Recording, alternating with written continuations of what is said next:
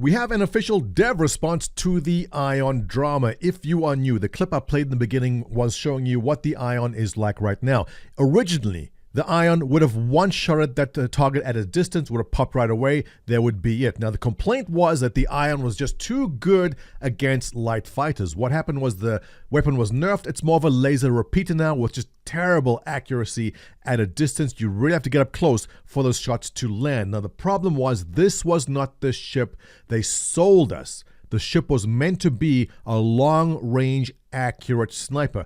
Let's read what Richard Towler, lead game designer and Vehicle Experience team, has to say on this topic. Full screen you right there. All right, so Richard says the following. Balance is a continuing moving goalpost as the game evolves. Yes, we can all agree. And while we always aim to have the ships in the right place, say this with a straight face, if we aim to have the ship in the right place at the time of release, it never happens. A ship will always be released OP. It will be overpowered at release because when they release ready to fly, there's usually a sale. And nobody's going to buy a ship that is weak. No one's going to buy a ship that doesn't perform well. So they always keep the stats bumped a little high when the ship goes out. This is not a secret. We all know it. That's what it is. The challenge of this cannot be underestimated, with changes often made right up to release. After early feedback, data from Evercardi and pre-releases is considered. Now, this is a topic I want to dig into because the data, I was in Evercardi, and there's some really good pilots in Evercardi, but they also take a lot of feedback. The vehicle experience team themselves, now we're talking these guys here, they're not all ace pilots. I mean, they're pretty good. They spend a lot of time playing the game, but the really, really good people, players in this game, are the ones who spend thousands of hours flying. And the feedback they get from them is something I got to question. Let's finish this paragraph and we'll drill down into that, right? The Redeemer and Starfighter introduces new challenges for our team. The Starfighter in particular, with its large size 7 guns coming in both ballistic and energy, was an outlier with the balance we had so far. Correct, it was a big outlier. It really draws a fine line between its actual purpose. Now here's the important part. The purpose was to fight capital-sized ships to something that can be way too effective against small fighters. So this was the problem. The Ares is supposed to fight large capital ships, but it was blowing up a lot of small light fighters. Is this an issue? I say no, and I say this because the size 7 gun on the Ion had its purpose. And just because all the ace pilots used it to blow up everything doesn't mean it was way too effective. Example, the Ares has a very slow rotational speed. If you're in a light fighter, and an Ares Ion or Inferno shows up on the field, you close that distance fast. You get in below 700 meters and you get into a circle strafing battle, you will take them out. That is the rock, paper, scissors we are supposed to have. It's not that the light fighter has to automatically win against everything, which is what is happening right now. Think about it. You're sitting in Discord, your friend comes and goes, hey, we need air support. Do you even question what ship you have to take out? Well, you don't ask, well, are you in atmosphere or low gravity moon or an asteroid belt or the vacuum? Doesn't matter. You take a light fighter. You just take a light fighter because the light fighter will win every single time. And in capable hands, especially capable hands, light fighter dominates always. So is it bad that something comes along that can fight the small light fighters? I say no.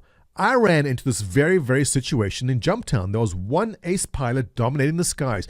We sent in 2v1, 3v1. He was popping them. That was a great pilot. He was really good. He was just popping one after the other. There was no way to take him out. If only there was a ship that we could maybe stay at a distance and hit him with a powerful weapon from a distance. His counter would be to close the distance very quick and getting close before he managed to do damage. I felt that was balanced. All right? Let's finish this line here, and I want to show you something. With early data from Evercardi and PDU showing the Ion specifically too effective against small fighters, who made the call to change it.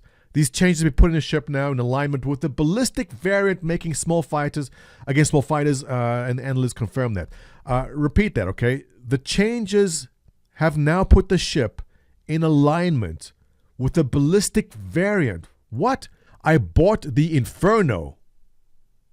because I wanted a spray and pray weapon.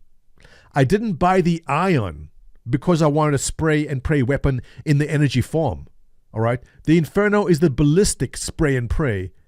The Ion was not sold as the energy equivalent of the energy spray and pray. That's not it. It was supposed to be an accurate long-distance sniper weapon. That's what the marketing was. That's why we bought it. That's why we bought the Ion and the Inferno. People who bought both because of the differences, not because you want them to be the same. This is where they got this wrong. We don't want the same weapon. We don't want the same ship. I would just bought one ship then. And not bother about that. But the problem was, I said, they wanted to come in line with small fighters. And, all right, so let me pull up a whiteboard for you here. All right, internet has everything. Online whiteboard, perfect. All right, so we have an axis here. This is the number of players. And we have an axis here, which is your skill level. Let me just mark this out for you. Players and skill level. Nice. All right, so if you don't understand charting, let's go. Here is the low skill level and low number of players. Now, there's some terrible players in Star Citizen. Then it probably goes kind of a bell curve, then comes down, and then there's a tail on this side too. So this area over here is where the absolute most terrible, least coordinated people in this game are. Test Squadron, I'm looking at you.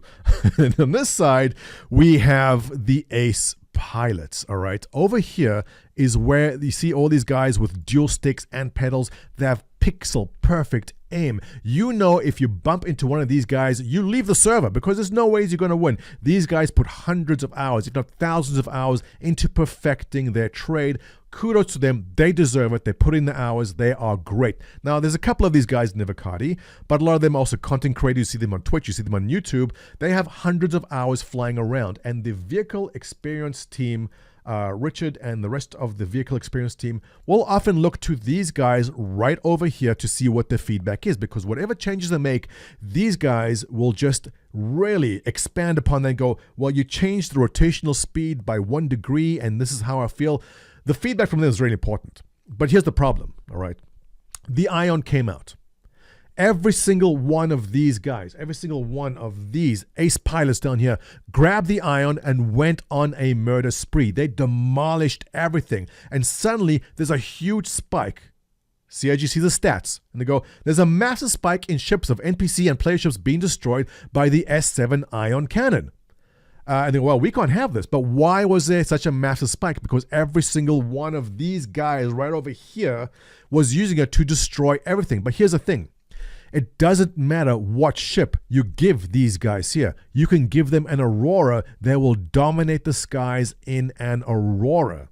It doesn't matter what ship you give them. The ace pilots will dominate the skies and destroy everything in whatever ship you give them. So if there were a massive amount of ships being killed by the Ion cannon, because every single one of these guys, not even these guys, but everyone along this line over here too, everyone is using the Ion cannon, and you're seeing everyone being destroyed by it, CIG goes, well, this seems rather unbalanced. We can't have this. But hang on a second. What about the rest of us? This is where I live. This is where you probably live. The rest of us felt it was perfectly fine. My question is to CIG on their stats. Are they taking stats just from this group over here? Or are they looking at everyone else also? Because this group right here does majority, I would guess easily 75, 80, 85% of all the kills are coming from this PvP focused group right here. Is their experience fine for everyone else? Now this chart looks like a big mess, but the point is the really skilled ace pilots will be making majority of the kills no matter what the ship. And when a new ship comes out, every single one of these guys here will be flying it. And I question that if this skewed the stats, that the Ion was suddenly killing everything because a handful of small players just dominated and destroyed everything with the Ion. I feel that's what could have happened. And that's not the question. I said, look at the stats from Evocati and look at early stats. Look at their stats now. But now that they've nerfed the weapon and brought the alignment down to the ballistic version, why? What's the point of even owning the ship at this point? Final paragraph, let's read through it. It's important to repeat the statement that balance is always a moving goalpost and subject to changes. We continue to monitor the feedback from the community and analyze the data, but it's important for us not to react too quickly and make knee-jerk reactions to specific comments. I think he's referring to the meme that went around showing that the Ion was just dominating everything. And the guy that made that meme, guess what? He's one of these guys who made the meme about the Ion dominating everything. So really, did anyone from this area here complain that the Ion was just too OP? I don't think anyone did. This may create perception that we may not be listening or never changing the balance again. Well, look, it's true. They may change the balance again, but let's be honest. Once you nerf the Prowler, are they in a big rush to go back and revisit it? Maybe, maybe not, but it could be months. It could be 2 months, could be 6 months. It could be a year before you see your favorite ship revisited after they nerfed it, because there's more important things coming along. Plus, the final balance is not really in yet. So it's really not a priority to go back and rebalance something once it's being nerfed. So, I mean, I have hopes the Ion does come back, but I'm not holding my breath for it because I think it'll just go in a back burner for a long time now. A lot of the suggestions offered from the community were either trailed before release or were unable to be effectively introduced with the time available, and as such, the current implementation is what we're sitting with for now. We're always listening, be kind. Absolutely. Look, there's no reason to be angry or shout at these guys. They are working hard and they do a good job.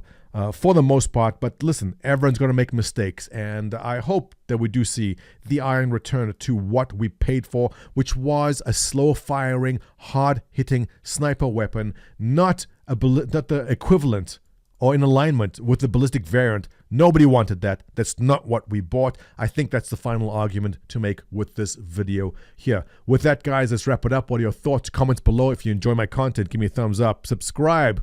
Catch you in the next one.